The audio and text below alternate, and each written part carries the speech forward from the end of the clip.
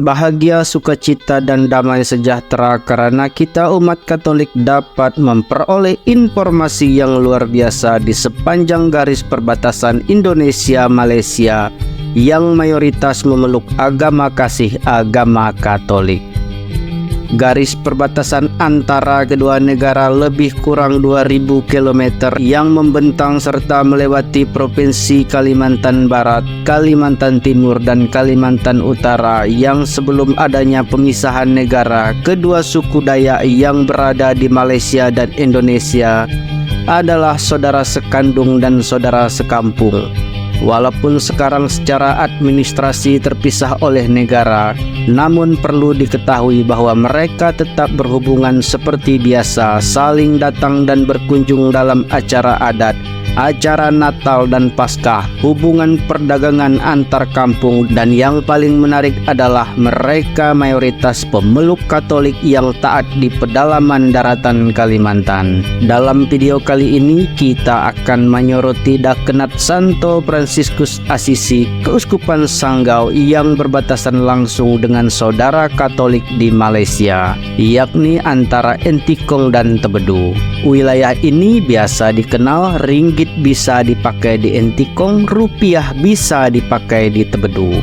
Hal ini menandakan begitu dekatnya kedua saudara sesuku seiman ini. Tanpa berlama-lama, mari kita simak 5 paroki perbatasan yang pada titik kali ini kita sajikan Dakenat Santo Asisi, Keuskupan Sanggau, Kalimantan Barat, Indonesia.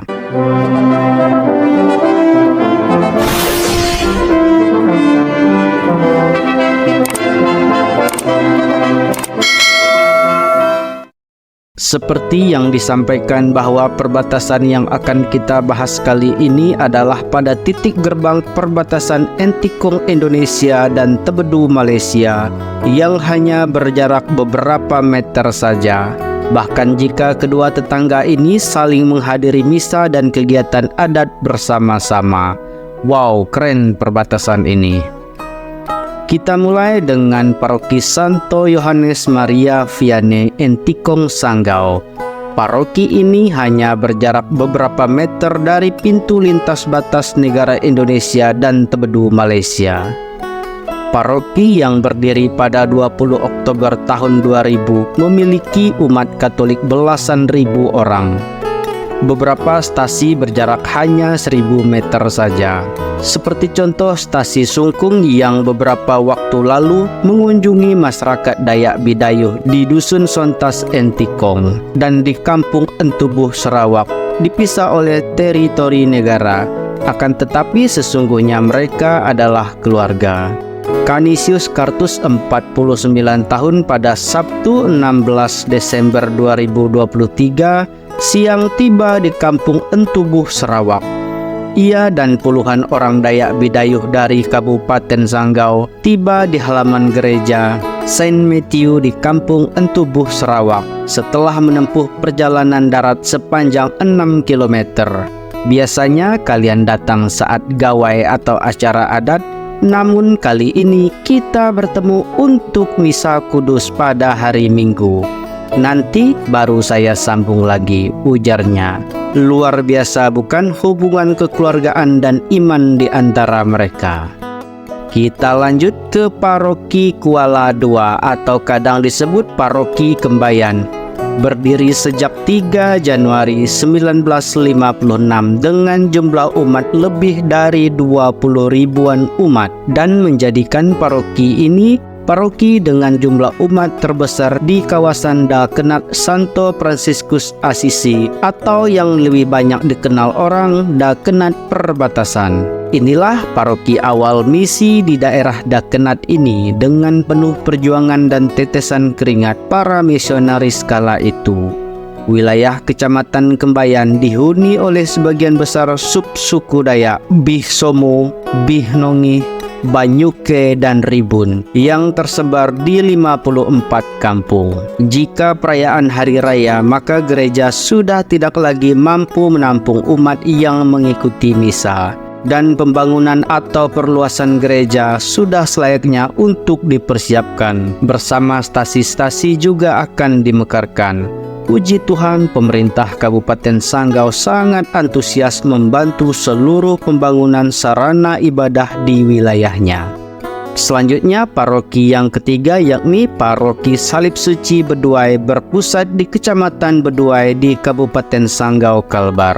Paroki ini termasuk paroki muda karena resmi berdiri pada tanggal 29 Desember 2002 yang lalu dengan nama Pelindung Salib Suci. Perkembangan dan pertumbuhan umat di Keuskupan Sanggau sangat cepat sehingga hampir setiap tahun ada pembukaan paroki baru. Paroki Beduai termasuk paroki kecil jika dibandingkan dengan paroki lain di Keuskupan Sanggau dengan jumlah umat belasan ribu orang dari 21 kampung. Misionaris telah bekerja keras menanam dan kemudian orang pribumi tinggal merawat dan memetik hasil. Mereka telah menabur dengan bercucuran air mata, tetapi kemudian umat yang menuai dengan sorak-sorai. Puji Tuhan. Kita masuk ke paroki yang keempat, yakni Paroki Santo Paulus Rasul Balai Karangan, yang merupakan sebuah paroki Balai Karangan Kecamatan Sekayam, Kabupaten Sanggau. Berbatasan langsung, hanya dipisahkan oleh pegunungan dengan Sarawak, Malaysia. Sedangkan menurut Provinsi Gerejawi, Paroki Balai Karangan kadang juga disebut Paroki Sekayam. Paroki Balai Karangan didirikan pada 14 Desember 2002, merupakan pecahan atau pemekaran dari Paroki Gembala Baik Kuala II dalam waktu yang hampir bersamaan dengan Paroki Salib Suci Beduai dan Paroki Santo Yohanes Maria Vianney Entikong. Selanjutnya, di dalam Dakenat inilah paroki yang terakhir. Adalah Paroki Salib Suci Kecamatan Noyan, Kabupaten Sanggau.